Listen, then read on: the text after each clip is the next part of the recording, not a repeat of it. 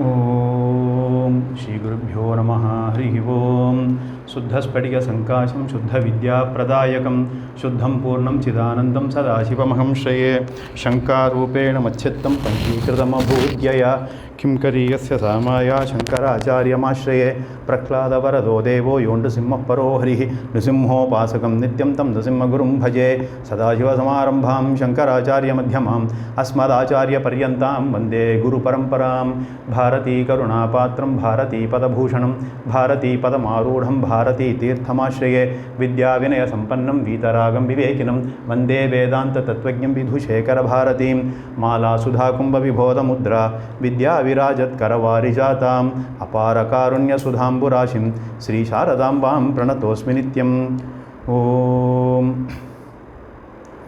Today we will see Grihastha Ashrama.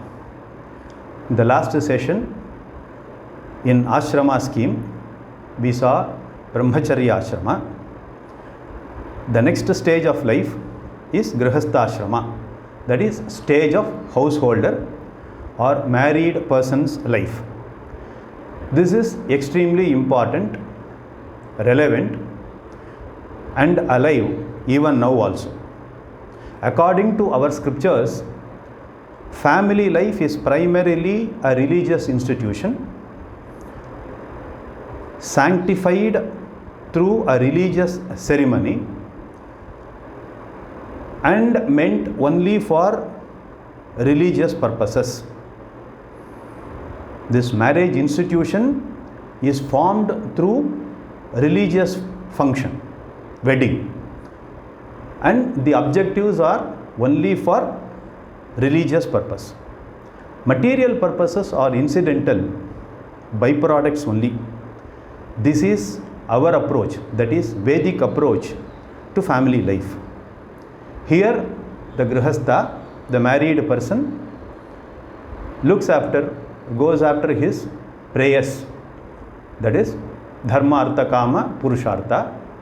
He has to earn money and he has to take care of his family. Artha and kama he has to fulfill, but both these purusharthas must be backed by dharma. Although he concentrates on prayers, at the back of his mind he always has this Shreyas, moksha purushartha in his mind. While working for fulfilling his basic security requirements as well as entertainment or comfort desires, he bears it in mind that it must be legitimate and also quantity wise they should be moderate. This is Vedic way of approach. If you think material goals like security, entertainment, comfort, pleasure, etc. are the primary purposes of family life, then such a family will become either unstable or will soon become irrelevant. That is why nowadays religious emphasis is coming down, it is getting diluted, and we can see the families are becoming more unstable. In many other societies, the very relevance of family as an institution is being questioned. When we see the family life from materialistic approach, materialistic purposes, perspectives, you will get a totally different picture which is observed in the current days. Pujya Swami Dayananda Saraswati tells, in Vedic way of life, in Vedic vision, our entire society was duty bound. It is not based on rights. When the society is a right based one, there will be fights, often fights leading to courts. Very litigant society. Lawyers only thrive, people keep fighting for their rights. There is no harmony in such society, He continues to add, if every person follows duties with conscience, then everybody else will get their rights automatically. This is what Puja Swamiji Dayananda says about right-based society and duty-based society. In our culture, everyone in the family is assigned with certain duties and they are made responsible for fulfilling the duties. Women have certain roles, certain duties to take care of their household requirements, to take care of the family members. Husbands, that is the Grihastha, the man of the house, his duty is to procure for the welfare of the family. There is a clear division of duties, division of job or division of labor, we can say. Each one have their duties assigned. Women's role can be compared to a hub in bicycle's wheels. Hub acts as an axle of bicycle wheel.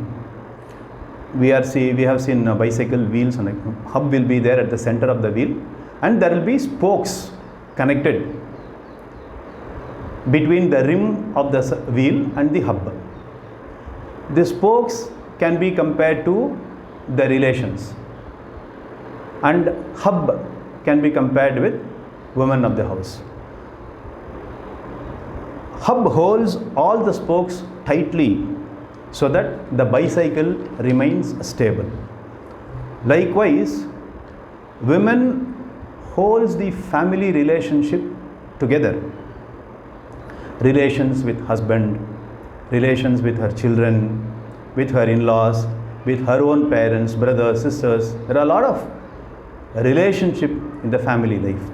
She is emotionally, she knows how to manage, how to handle all these people, and she holds the entire family together. See, the objective of division of this duty is to maintain cohesiveness and unity in the family.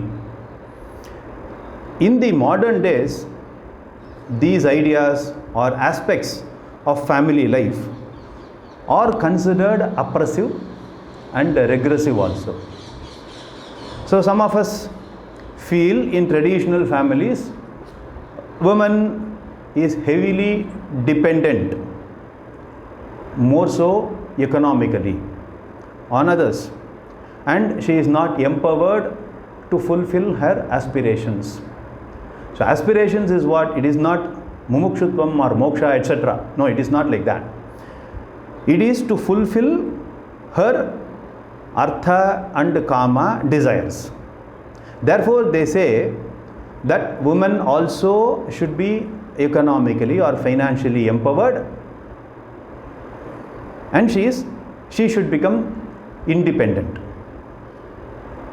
Similarly, they also feel children and old-aged people, all of them should be economically independent and they should also be empowered. Now, a lot of changes have happened in the society. Women are economically independent and they are empowered now. Housewife goes to a job or she does business, she earns money, so does the husband also. Both operate their bank accounts and financially they are very sound. She is made economically independent. Now the children also are economically independent nowadays because both husband and wife are earning. They open bank accounts for the children and they also give pocket money to them even at the early stages of life for the children. And they feel that they show the affection by buying and giving a lot of expensive gadgets to their children. They feel that this is the way to show the affection, love and affection to their children, because both of them are employed. They don't They are not able to give quality time to the children, so they feel that they have to give children all these facilities. Therefore, the children also have money, and they know that they have money in bank accounts. They are economically independent. And grandparents, the old aged people, they also are very interested in keeping their economic independence intact. They are not willing to give their wealth to the children because they also want to be economically independent. Now, this is a society wherein husband, wife, children, parents, all are made economically independent and they are all empowered. They have all the means to fulfill their artha kama pursuits. Once it is fulfilled and achieved, the basic question that arises in the minds of people is, why should we live together as a family? Because nobody is dependent on others. Therefore, the very purpose of living together is questioned. Since the basic reason for this is, since there is no religious purpose of life, there is no unity or cohesiveness in such families. The way in which people think is, they have economic independence, they are free to do what they want, they have a right to do what they want. So slowly the duty-based society is becoming a right-based society. If you say the purpose of living together is because we like each other, it is fine. We may like each other. No. Unfortunately, the human mind or human likes and dislikes keep changing very fast. They constantly change. If you observe, the mind keeps constantly changing. Especially this is a consumeristic society where the philosophy is never keep things for long, keep changing. Right from mobile phones, televisions, laptops, cars, anything you see, there are new brands, new models with different features keep coming. We feel we need to cater to the fickle mind, unstable mind, unsteady mind. So we keep buying new things, discarding the old ones. The same theory will be applied to the human relations also. How long a person can love, for example, how long a husband can love wife or vice versa and all this, mind changes. Therefore, even living with one person becomes a meaningless exercise. People stop living together as a family, or even if they live as a family, it will be like hostel life. They come to their house, they come home at their own times. Each of them has their own business. I have my business, I have my goals to pursue. My wife has got different goals. She has her career. Children have got their own career, and children have got rooms. So they all go get themselves locked up. They are busy doing their work. So there is no togetherness in the family. So they say, like a family which prays together will stay together. Because this religious purpose is losing its importance, we find these families becoming more unstable. That is why our scriptures say only religious purpose will be the objective of Grihastha Ashramam, nothing else. Grihastha means Grihe Tishtati. That is, he is hooked to his house. Once this attitude comes, family bond is looked as sacred bond caused by God himself. alone, and therefore God only has the right to disband or dismantle this relationship. We don't have any right over this. Only where such attitude comes, the family will be stable. Only in a stable family, a person can develop important virtues like titiksha, that is accommodating others, tolerance, and trust also. These are some of the important virtues which can be developed only in a stable family. Also, the children, their future will be better.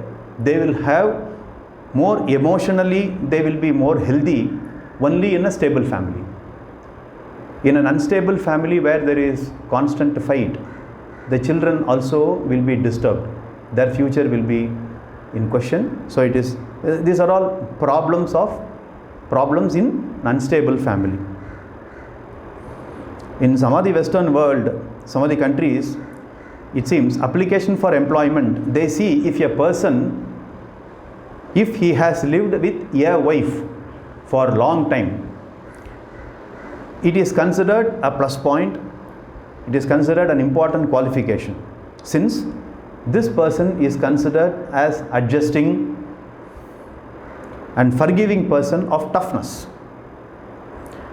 Therefore, Grihastha Ashrama is extremely important for oneself, for the society, as well as the next generation.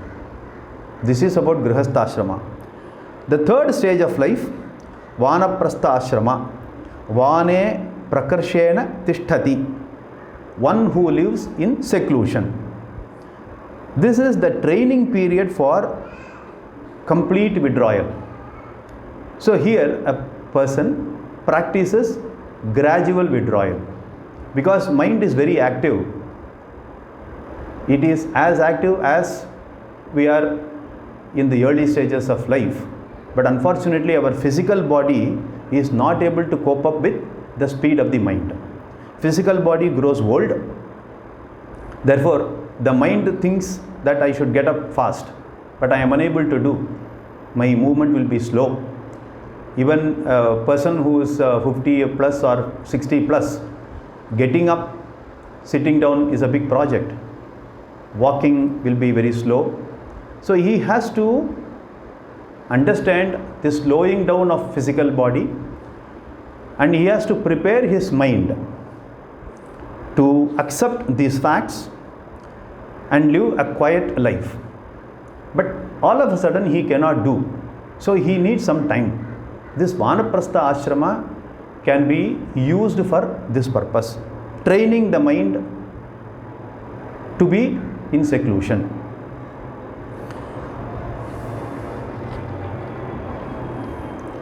All our faculties are either slow or doubtful. Therefore, mind should learn to accept and enjoy introversion. Introversion means antarmuhatvam. This is a training ground for learning self-knowledge, atmajnanam. You will have comparatively more time, more quality time for dedicating towards Vedanta, to understand my real self.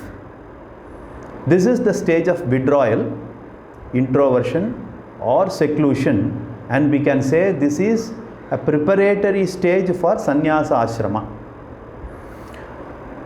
Even when you retire from the services of a company at the age of 58 or 60, or some people who do business want to quit their business after some point of time, the mind has to be prepared to accept this retired life. All along the mind was very active, so the physical body also keeps working in companies and all those. He keeps going to different places, doing a lot of jobs.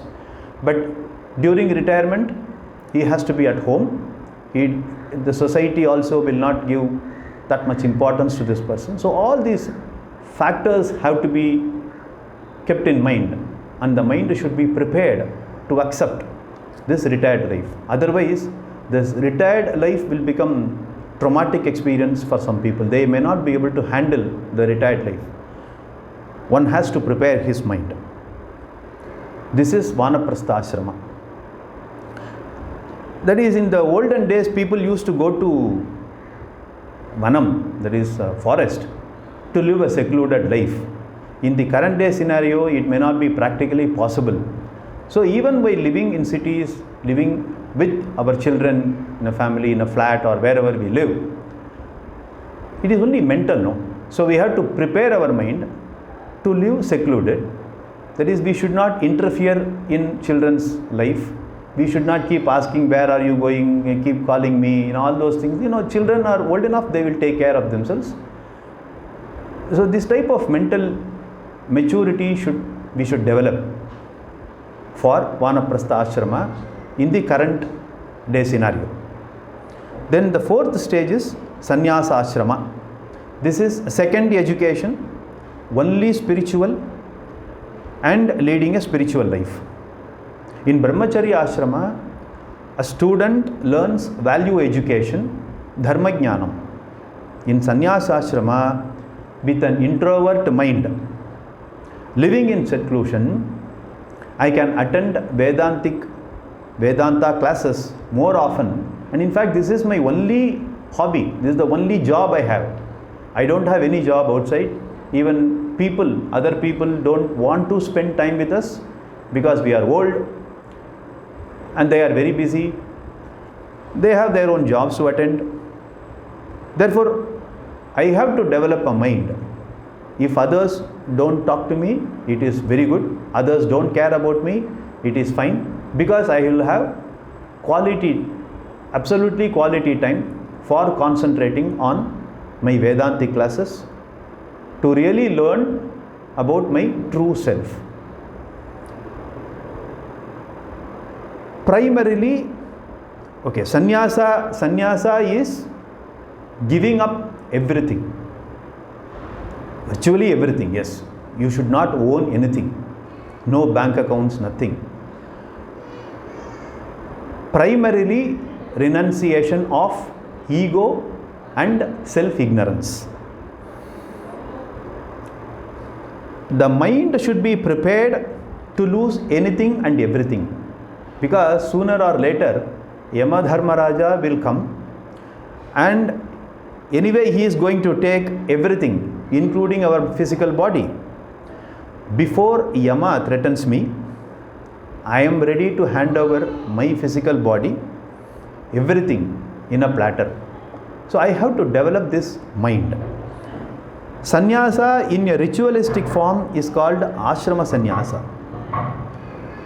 He has to give up everything in a ritualistic manner in which he physically renounces everything. It is a religious function, it is a religious manner. So as far as we are concerned, let us see whether we can, even if we are not mentally prepared to accept such a drastic change in our life, at least can we develop a mind where we can dedicate 90% of quality time to learn Vedanta, to learn about my true self. Because this physical renunciation is very difficult. Only few people can do that. So let us, whether we really physically renounce or not, at least mentally we should be ready for this. So this we can, at the current day scenario, people should try to develop their mind for this purpose. So we have to ultimately, as we said, the objective of life is fourth Purushartha is Shreyas. Therefore, Atma Jnanam is the final one. So in order to get that Jnanam, this Sannyasa Ashrama or mental Sannyasa is very important. You will have quality time to understand and claim that Aham Brahmasmi. These are the 4 stages of life or ashrama every human being following scriptural tradition should go through. So we have covered all the 4 ashramas. So I will stop this session with this. Hari Om. Om Purnamadav Purnamidam Purnat Purnamudachyate Purnasya Purnamadaya Purnameva Vashishyate. Om Shanti Shanti Shanti. Hari Om.